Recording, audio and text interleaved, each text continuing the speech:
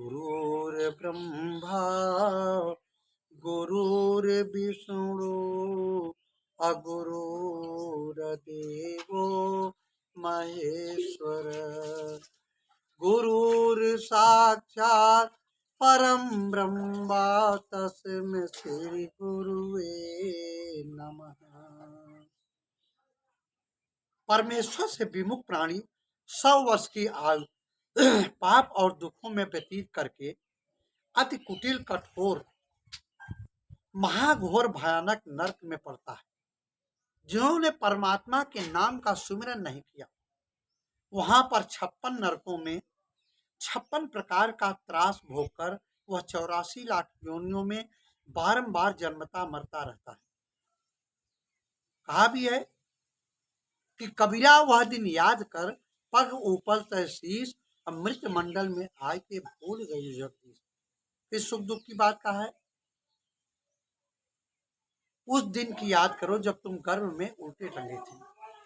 अथवा परमेश्वर की प्राप्ति के लिए एक सिर सदगुरु को नहीं देने के कारण ही पापी प्राणी को 84 लाख समय सिर देना पड़ता है और इतने ही समय जन्म धारण करना पड़ता है।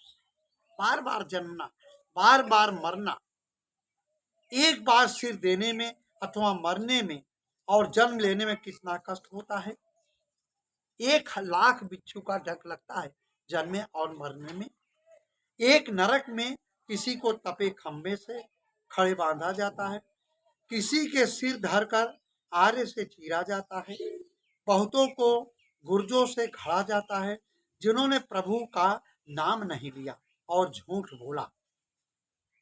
अनायास झूठ बोलता है कि साँच बराबर तप नहीं, झूठ बराबर पाप, जाके हृदय साथ है ताके हृदय। अनायास झूठ बोलने वाले को इतना कष्ट मिलता है। गाली दी है, ऐसों के मुख सांप लगाए जाते हैं जिन्होंने शरीर से सेवा भक्ति नहीं की और उनके शरीर को प्रबल अग्नि में तपाया जाता है। नमस्कार और दान परमार्थ नहीं करने वालों को सिर नीचा और पांव ऊपर बांधकर लटकाकर सिर के नीचे अग्नि की धूनी बाली जाती है। पापी आलसी दुराचारी को तेल की कढ़ाई में तला जाता है या कड़छी भर भर कर गरम गरम शरीर पर डाला जाता है। बहुतों को तपते कुंड में डालकर कौवों के चोंचों से नेत्र को निकलवाया जाता है और मांस तोड़ तोड़ कर खवाया जाता है। इस प्रकार नाना प्रकार के त्रास भोग कर पापी त्राहिमाम त्राहिमाम पुकारता है, फिर 84 के नाना प्रकार के दुख भोगता है। परमेश्वर की प्राप्ति के बिना स्वप्न में भी सुख शांति की प्राप्ति नहीं होती। इस प्रकार चारों युगों में भटकता फिरता है जब तक मनुष्य शरीर में आकर प्रभु प्राप्ति के लिए पूर्ण संत सदगुरु की शरण में भली प्रकार से नहीं आता, तब तक जन्म मरण से छुटकारा नहीं होता। इसलिए आपका कोई न मित्र है न कोई शत्रु है। यही आत्मा कभी मित्र व्यवहार करती है और कभी शत्रु व्यवहार करती है। इसलिए सदगुरु के पास, समय के पूर्ण सदगुरु के पास जाना नितांत आवश्यक है। अपने मनमति के द्वारा पूजा याचना करना ठीक नहीं है। दुनिया के जो बने पुजारी आखिर वो कंगाल हुए। जितना ही पूजा करोगे कंगाली आ जाएगी।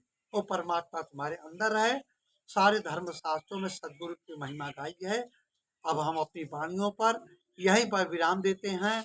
आप वीडियो में बने रहिए, हम लक्ष्य तक पहुंचाते रहेंगे, ये हमारा कर्तव्य है।